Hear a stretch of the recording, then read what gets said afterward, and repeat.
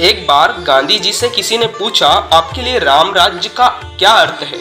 क्या यह धार्मिक राज्य है?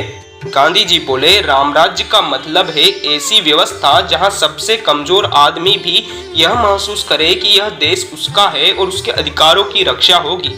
मेरे राम राज्य में कोई भूखा नहीं सोएगा। यह किस्सा दिखाता है कि गांधी जी ने भगवान राम के आदर्शों को केवल धार्मिक नहीं बल्कि सामाजिक और मानवीय दृष्टि से अपनाया। जानिए ऐसे 4 अनुभव जब गांधी जी ने भगवान राम के आदर्श, व्यक्तित्व और सिद्धांतों को अपने व्यवहार में दर्शाया। सत्य, धर्म और वचन पालन की परंपरा अपनाई। राजगद्दी मिलने की घोषणा के बाद भी जब माता कैकेयी ने श्री राम के लिए वनवास मांगा तो उन्होंने सत्य और वचन की रक्षा के लिए बिना विरोध किए वनगमन किया था। इधर गांधी जी ने अपने जीवन का अंतिम लक्ष्य सत्य की खोज को माना। उन्होंने अपनी आत्मकथा का शीर्षक ही रखा, सत्य के प्रयोग। उनके लिए दक्षिण अफ्रीका में जब उन्हें ट्रेन से बाहर फेंक दिया गया तो उन्होंने हिंसक प्रतिकार नहीं किया बल्कि सत्याग्रह का मार्ग चुना। सादगी, विलासितापूर्ण जीवन का त्याग किया। श्री राम और गांधी जी दोनों ने दिखाया कि सच्चा नेतृत्व अपने लिए नहीं बल्कि दूसरों के लिए त्याग करने में है। श्री राम ने वनवास को स्वीकार कर धर्म और प्रजा के हित को आगे रखा। उन्होंने वनवासी की तरह 14 साल तक सादा जीवन बिताया।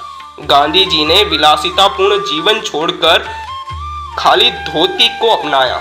इसी त्याग, सादगी और बलिदान ने भगवान राम को मर्यादा पुरुषोत्तम और गांधी जी को महात्मा बनाया। न्याय, देश और किसानों के हक में लड़ते रहे। भगवान राम ने हमेशा प्रजा की भलाई और न्याय को सर्वोपरि रखा। उन्होंने न्याय के लिए सुग्रीव का साथ दिया और बाली का वध किया। उनका नेतृत्व व्यक्तिगत स्वार्थ के लिए नहीं बल्कि धर्म और जनता के हित के लिए था। इसी सिद्धांत को गांधी जी ने अपनाया। 1917 में चंपारण सत्याग्रह में किसानों के अधिकारों की रक्षा के लिए अंग्रेज अधिकारियों के सामने डटकर न्याय का मार्ग अपनाया। दोनों ने दिखाया कि सच्चा नेतृत्व वही है जो कमजोर और शोषितों के पक्ष में खड़ा हो। सेवा, ऊंच नीच के आधार पर भेद नहीं किया। भगवान श्री राम ने दिखाया कि सच्चा धर्म केवल उच्च पद और पूजा अर्चना तक सीमित नहीं है बल्कि सबकी सेवा और समानता में है।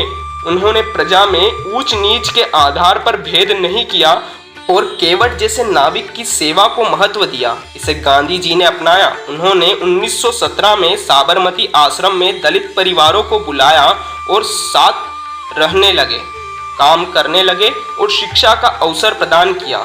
समझाया कि ईश्वर की संतानों में कोई ऊंच नीच नहीं होती।